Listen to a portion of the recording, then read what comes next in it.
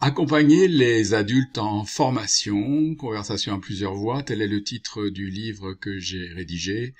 et dont je vous parle. Former des adultes, c'est toujours amener un groupe d'apprenants d'une situation initiale à une situation projetée, appelée l'objectif de la formation sur plusieurs semaines ou bien l'objectif d'apprentissage sur une séance. C'est accompagner les adultes dans la construction de savoirs ou compétences, ce qui participe toujours de la transformation des représentations initiales pré-scientifiques en représentations souhaitées de type scientifique ou technique. L'accompagnement des adultes en formation est un processus actionnel de mise en œuvre d'un agencement didactique et pédagogique visant à un processus individuel de transformation au sein du développement d'un processus social par lequel un groupe d'apprenants assure son développement de compétences et de savoirs qu'il construit par lui-même dans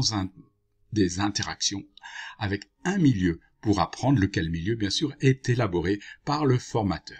Ce dernier est en effet celui qui conçoit et qui anime les actions de formation. Il inscrit son travail dans des lois et des règlements tout en répondant à des réels besoins de formation au service desquels va participer son expertise. Le formateur exerce son travail dans une activité de relation qui vise à générer des changements chez ses interlocuteurs, une finalité proche de celle de l'enseignant, de l'éducateur ou de l'animateur. Toutefois, sa fonction diffère, même si, comme l'enseignant, il traite de l'acquisition de savoir, même s'il s'appuie sur la dynamique des groupes comme un animateur ou prend en compte les personnes dans leur contexte de vie, leur histoire personnelle, leurs projets, comme un éducateur. Le formateur cherche d'abord à générer des changements chez les adultes en activité professionnelle ou bien en devenir professionnel, avec bien sûr une histoire chargée d'expériences personnelles. Le travail de conception de l'action de formation est très conséquent, puisqu'il doit étudier la demande ou le besoin de formation, connaître les participants et leurs acquis, leurs représentations, leurs attentes, de façon à cerner un problème que la formation peut résoudre. Dès lors, il doit définir des objectifs pédagogiques, traiter des informations, choisir une méthode d'apprentissage et se doter d'outils qui sont suffisamment pertinents pour animer les groupes de travail et communiquer avec les apprenants de façon optimum dans une dynamique d'élaboration de savoir et ou de compétences où les difficultés cognitives sont prises bien sûr en compte, où le transfert des acquis de formation sur le terrain personnel et professionnel est un véritable enjeu auquel il s'intéresse et qu'il suit de près.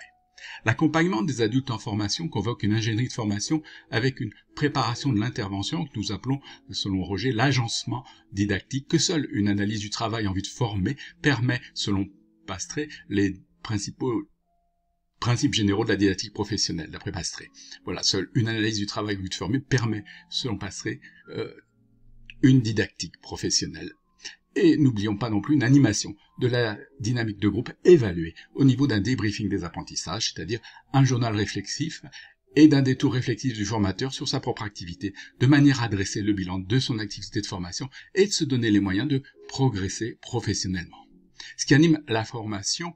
constitue aussi des repères bien utiles pour l'analyse des situations professionnelles ou des pratiques professionnelles, le management des équipes, la conduite de projets d'équipe ou le coaching personnel. Des questions identiques sont traversées: comment un adulte apprend-il, comment développe-t-il ses compétences, comment faciliter le travail d'apprentissage chez un adulte et au final, comment l'accompagner avec la formule d'accompagnement la plus pertinente eu égard à l'apprenant et à la situation d'apprentissage, à l'objet à transmettre. Peut-il s'agir de tutorat, de conseil, de coaching, de monitorat, de sponsoring? On le voit, la formation est une vaste nébuleuse qui se réinvente sans cesse au fil des demandes sociales, des modes, des progrès technologiques, ou bien nous l'avons vu récemment par le truchement d'une pandémie qui booste des modèles comme la formation à distance et en ligne sur l'Internet, laquelle produit comme variante la formation hybride. La formation est un monde vivant d'une société apprenante qui défend dorénavant l'apprentissage tout au long de la vie, depuis chez soi ou même au travail. Ou enfin, pour accompagner des adultes dans leur apprentissage, leur visée formative, n'oublions jamais qu'une séance de formation, quel que soit son mode ou son habillage, n'est pas conçue pour celui ou celle qui transmet, mais pour celle ou celui qui apprend, comme nous le rappelle Henri Boutreau, professeur à l'UQAM à Québec. Cet ouvrage est donc une reprise de mes cours effectués en formation de formateur, parcours FIP, SUP, à l'Université de la Réunion entre 2012 et 2021. Ces propos de cours ont été remaniés sous une forme conversationnelle que je vous propose de lire. Bonne lecture et à bientôt.